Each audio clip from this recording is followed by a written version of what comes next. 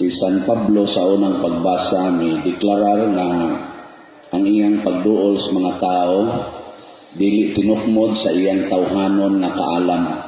Kani si San Pablo usa ni sa mga maalamon nga mga apostol ni Kristo kay opisyal man ni siya sa Romanhon na mga kasundaluhan.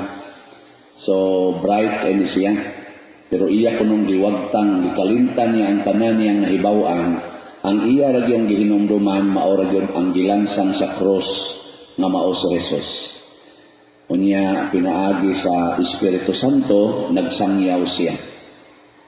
Kaya bitang muduol ka sa tao nga gamito nimo ang imong kaalam, ang resulta mag-away gyud mo. Kaya naam sa to sa iyang kaalam, nakasuway na mo ano? Ikaw asawa ka, swear og duol imong bana, sa gamito nimo imong kaalam ba? Pananglitan ron, kadlaw na siya ni uli. Nya duolon nimo siya, imo siyang istoryahon, gamito nimo imong kaalam, unsa may imong isulti niya. Mayroon jud kaniya, og ikaw ba bana kang tarong muuli ka kadlawon, sakto pa kani imong gibuhat. Di ba anak mo dyan na imo dayong isulti. Nya og piksan pa jud ka di pag jud ka mo reply, di may kagikan di ay. Ana. Kay imo man kaalam. Nahibawa mo ka nga dili sakto nga muulig ka adlawon. Imo man ang kaalam. Nya kabagon sa kas imong bana sa iya sang kaalam. Ano magsigil kang kuang-kuang diha? Purti na tong paningkamot dire. Daghan gani kay ko gipaningkamutan aron makakwarta ta aron mabuhi ta dinhi, magyaw-yaw man ka diha. Iya sa tong kaalam. Resulta ninyo kusmod kay mong mga naon. Nag-overtime dito. Yung sa overtime. Kung gitiksan imong kauban oy, wa mo'y overtime, hilas dyan mo diha. Sa ikaw sa mo, muras ka. Masa man ka? Investigator ka sa kuwan, si IUS ka. Ala, daga na kayong away. Pero gamita ang Diyos nung kuwan. Ano bang Espiritu Santo ba? Kung sa may ipangutang na sa nimos imong bana, iguli kakadlaon. Mayroon dyan kanina nga. Gusto ka o kape o gatas. Bugnawan na imong tiyan ron kay kadlaw na biya. O di ba? Ngayon yung bana, lang ba ito? Na ko, sige, rest well.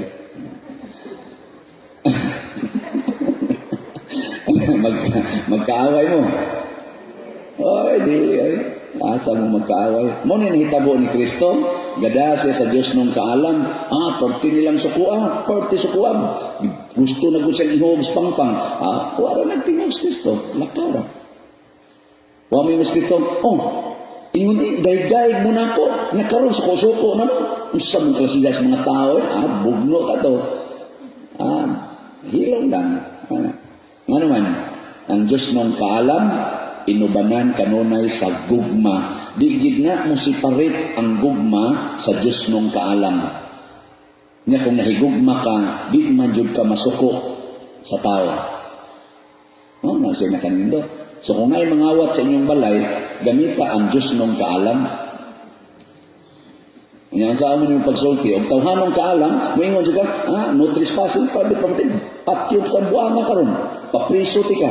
Diyos nung kaalam na, kaya mapriso maginang kawatan, di ba? Pero, Diyos nung kaalam, tawhanong kaalam na, mapriso man na, kay balaod. Yang anong nisod man sa kadihan, na private property mo na. Mga anak. Pero gamit ang Diyos nung kaalam, saan man? Bisyap sa pilo kamumutay, gagamit sa Diyos nung kaalam. Sa dong ay ambak diha dong, kay mapiang kag mahugas ubos. O di ka mapiang, mamatay gid ka. Ngari-ngari, agi-aring hagdanan. Nagkukuha sa kawatan, di papainit pa kuno dito silong. Painit to sa kay kadlawon ka baron, ikaw puting haguan ni mo kat-kat diha. Pero wag yung bawian katong kwarta, wag bawian. Gipangutang na kung saan din na nimong kwarta nga nung nangawat man ka. Tugaan sa taong kawatan.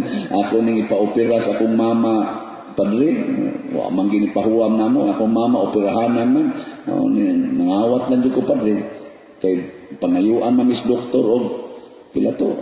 40,000 ba tingal ito? Ana? Ningon des kunos bisya. Hala, 30,000 raraban ang imong nakuha. So kuwangan ko nag-gis. Sa sige, ihatod lang sana dito, niya balik niya diri sunod adlaw, kana ganing mangita og 10,000.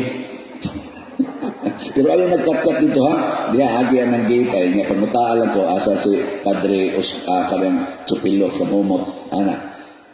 Kamoy kawatan ko no, anaon mo pagtratar. Ito ba? Mangawat pa ka? Di na oy. Pamin ako magtuo imong luha sa kalipay uli nimo. Nga naman nakasinati ka sa gugma nga gikan Dios Ginoo. Di na ni tawhanon nga kaalam.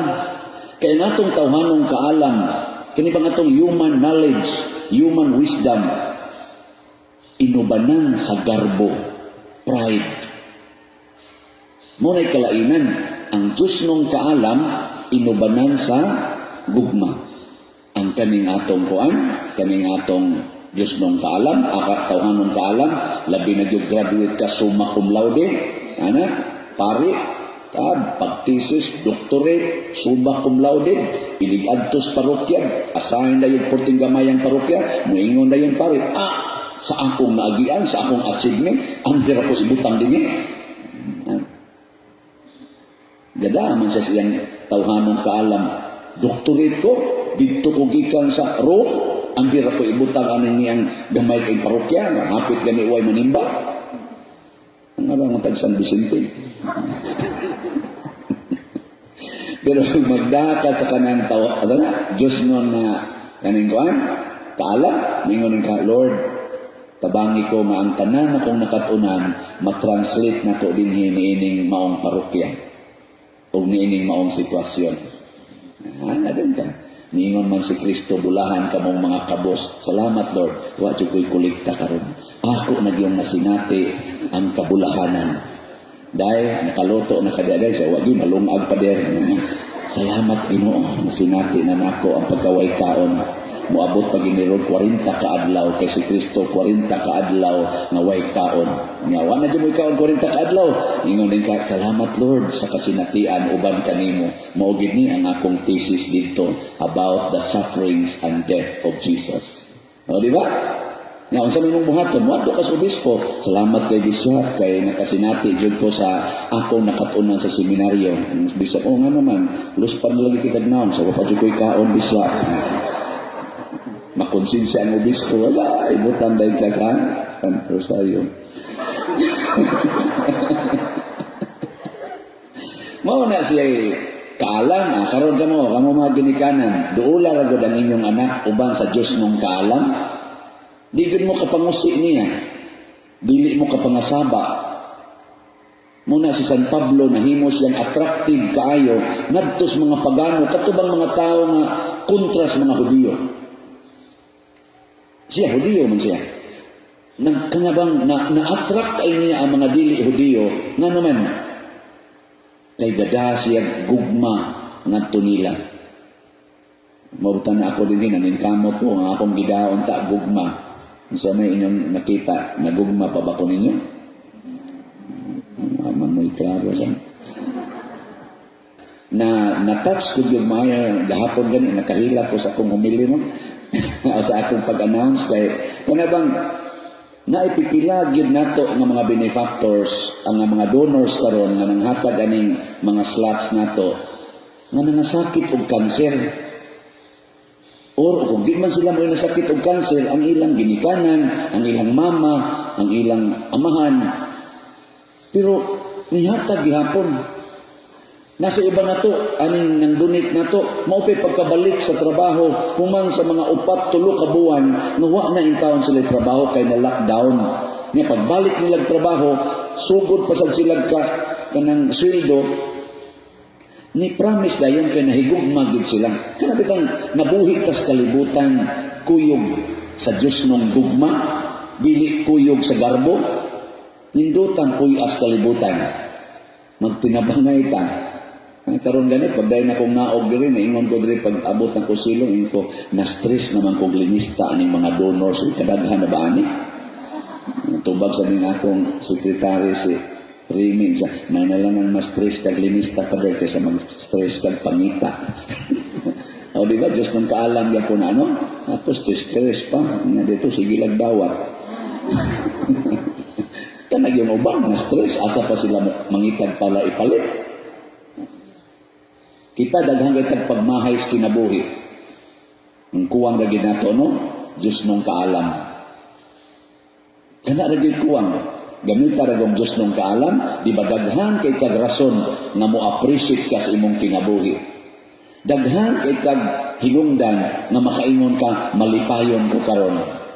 Kung magamit lang kag Diyos nung kaalam, pero tawhanong kaalam, na, sige lang kag pangutkot sa imong sige lang kag yaw-yaw diha, sige lang kag kasuko sa imong silingan. Maginamit tayo na taro Diyos nung nga kaalam. Timan iha, ang Diyos nung kaalam, inubanan sa gugma. Ang tawhanong kaalam, inubanan ginaggarbo. Muna likay ang tawhanong kaalam, matod pa ni San Pablo, isalikway ng tanang tawhanong kaalam, isintro sa Diyos nun na kaalam. Ilabi na gyud ang imong kaalam sa pagkalansang ni Kristo o pagkamatay diha sa cross. Tanya mo'y siguro ang nahibaw ka ana, nga naka-appreciate ka ana, na midawat ka ana.